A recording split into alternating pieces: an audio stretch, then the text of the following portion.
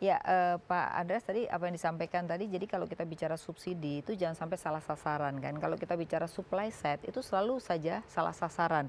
Karena bisa jadi nanti pupuknya dijual, bibitnya dijual karena mereka percuma aja kalau dia jadikan sesuatu, belum tentu ada yang beli kan. Nah, dulu ada usulan juga di mana faktor outputnya yang justru dibeli gitu. Ini gimana komentar? Ya, jadi memang sekarang ini BAKN itu juga sedang menyoroti masalah pengelolaan subsidi. Oke.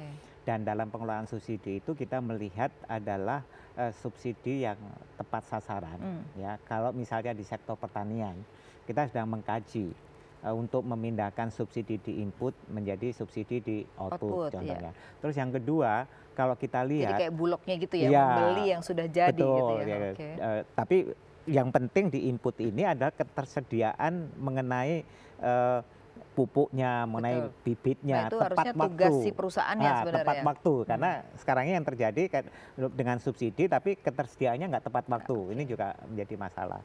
Terus yang kedua adalah memang kita ngelihat antara sebetulnya kan untuk melakukan pertumbuhan yang inklusif itu maka ada subsidi, ada belanja sosial. Tapi kita ngelihat sebetulnya ini harus disinergikan ya antara subsidi, belanja sosial dengan pemberdayaan masyarakat. Inilah supaya berkesinambungan jadinya. Karena banyak program di belanja sosial. Contohnya bantuan beras, bantuan pangan non tunai. Ada program keluarga harapan. Tapi program keluarga harapan ini juga dihubungkan dengan pengembangan misalnya kelompok usaha bersama KUB. Nah, tapi istilahnya itu bagaimana antara subsidi, tadi ya, belanja sosial dan pemberdayaan masyarakat ini bisa berjalan dengan baik. Disinilah sebetulnya peran yang sedang kita usahakan juga lewat rancangan undang-undang kewirausahaan nasional. Itu akan masuk di situ nanti. Di situ terutama kita dorong bagaimana kita bisa mengatasi kemiskinan dengan pendekatan kewirausahaan sosial atau social entrepreneurship. Karena yang kita butuhkan itu adalah sebetulnya kita melihat selama ini 3 tahun dananya itu udah sangat naik tingginya, tapi kemiskinannya relatif cenderung istilahnya penurunan nggak signifikan. Karena nggak seimbang antara kenaikan anggaran dengan penurunan kemiskinannya. Ini adalah melewat pendekatan kewirausahaan sosial, social entrepreneurship yang kita harapkan bisa mendorong, terutama juga di desa. Tadi menjawab yang 50 juta tenaga kerja yang lulusan SD tadi, itu memang pendekatannya harus dengan pendekatan kewirausahaan sosial. Karena problem yang kita amatin dalam bentuk kelompok itu problem yang kita amatin itu adalah untuk misalnya kebijakan dana desa itu nggak bisa satu kebijakan berlaku untuk seluruh Indonesia. Contohnya kita kalau ngelihat desa Ponggok, nah itu dia udah 16 miliar udah sukses bumdesnya. Pujon Kidul di daerah saya di Malang itu sudah setiap istilahnya tahun udah bisa sampai udah omsetnya setiap bulan 5 miliar. Artinya kuncinya sebetulnya di kewirausahaan, pemberdayaan masyarakat supaya bisa menjadi wirausaha dan peran dari kepala desa. Kalau kita lihat Ponggok dan itu menjadi sangat penting. Nah, ini justru yang jadi penguatan kapasitas di sini yang sangat penting. Setuju banget. Harusnya ke situ.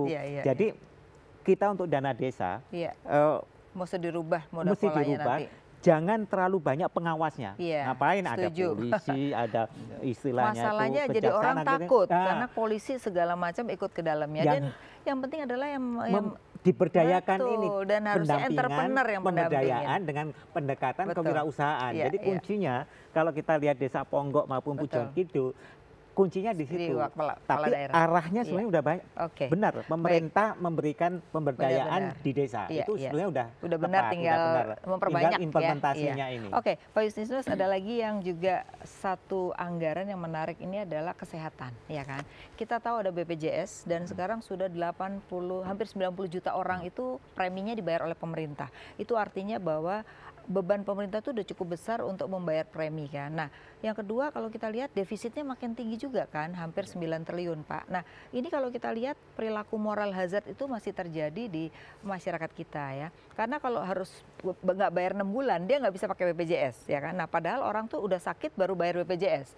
Nah, kenapa nggak ini di blended saja dengan pajak ya, yang otomatis itu langsung mengurangi untuk BPJS. Karena kalau individu harus membayar, rasa-rasanya ini yang tidak subsidi ya. Kalau yang subsidi tadi 89-90 juta orang, tapi yang tidak subsidi kadang-kadang nggak bayar gitu loh. Nah, kenapa nggak di-blended sama pajak? Jadi kalau dia nggak punya NPWP, dia nggak bisa dapat BPJS. Tapi kalau yang nggak punya NPWP berarti dia beban pemerintah kan gitu. Gimana nih? Iya, tantangan kita adalah single ID ya.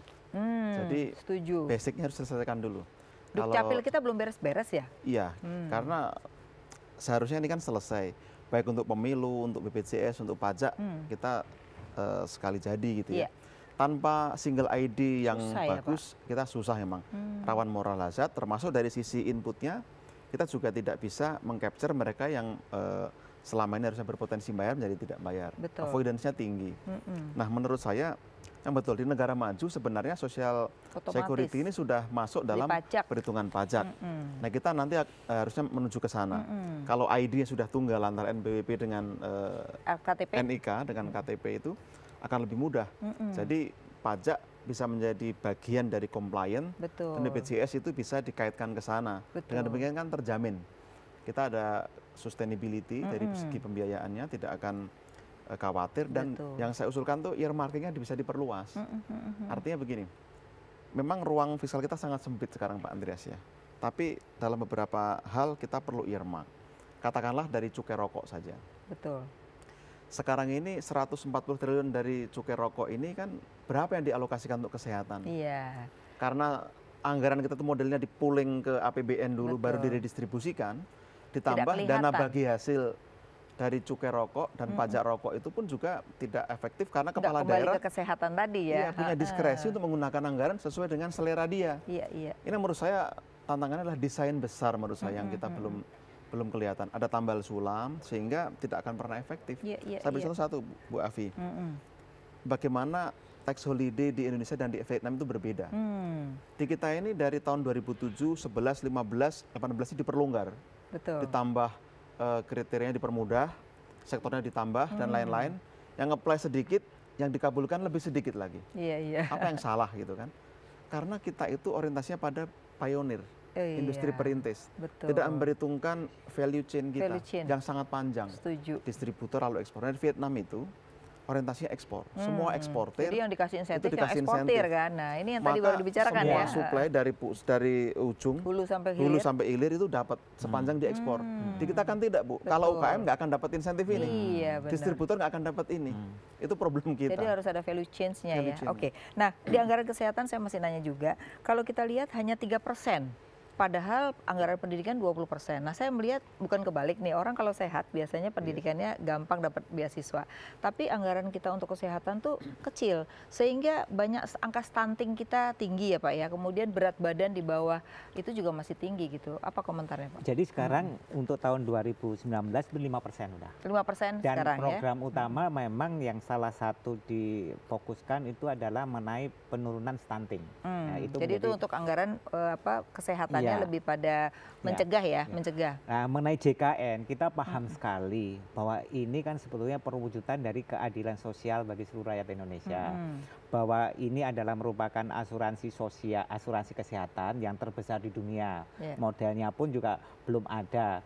Tetapi dengan semangat gotong royong itu memang istilahnya kita wujudkan dulu. Memang kalau kita lihat masih banyak kekurangannya. Tapi namanya orang masih baru yang dulu susah untuk mengakses rumah sakit, sekarang mereka kalau sakit sudah bisa. Nah, berikutnya itu adalah memang harusnya bergeser dari katakanlah kuratif ya kepada yang disebut pencegahan. Jadi bagaimana pusat kesehatan masyarakat, namanya menjadi pusat kesehatan masyarakat, menjadi pusat masyarakat itu menjadi sehat melalui pencegahan. Jadi jangan sakit dulu baru datang tapi justru sehat itu harus memeriksakan kesehatan. Misalkan memeriksa kesehatan, terus kemudian katakanlah di dalam tapi pusat. Itu kan perilaku Pak kadang-kadang. Nah, perilaku inilah justru kembali kepada namanya pentingnya sebetulnya sosialisasi dan edukasi.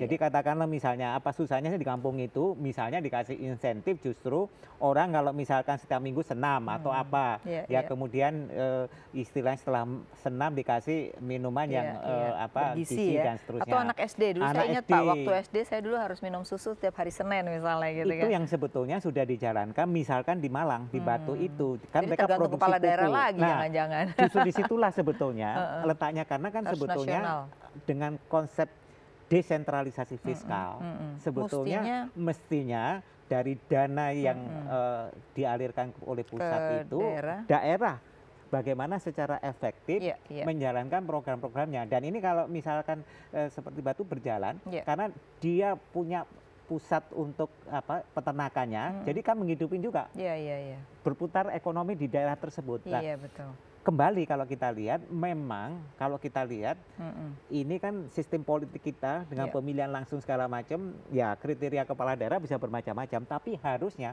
fungsi-fungsi sentral seperti perencanaan pembangunan itu harusnya ada pengaturan mengenai kualifikasi dan penempatan pejabatnya. Iya, betul. Ini mungkin satu hal yang lagi-lagi SDM lagi ya kalau kita lihat dalam penggunaan. Oke, nanti Pak Justinus saya akan tanya, kan sekarang kita ingin mendapatkan devisa yang paling cepat tuh dengan pariwisata ya. Tapi kalau kita lihat anggaran pariwisata tuh nggak gede-gede banget gitu loh. Nah, padahal itu yang saya bilang bahwa antara keinginan kita mendapatkan sesuatu ya, entah itu ekspor atau devisa dengan anggarannya ya. Tapi kita harus break dulu ya. Bisa jangan kemana-mana, tetap di Economic Lounge with ISE.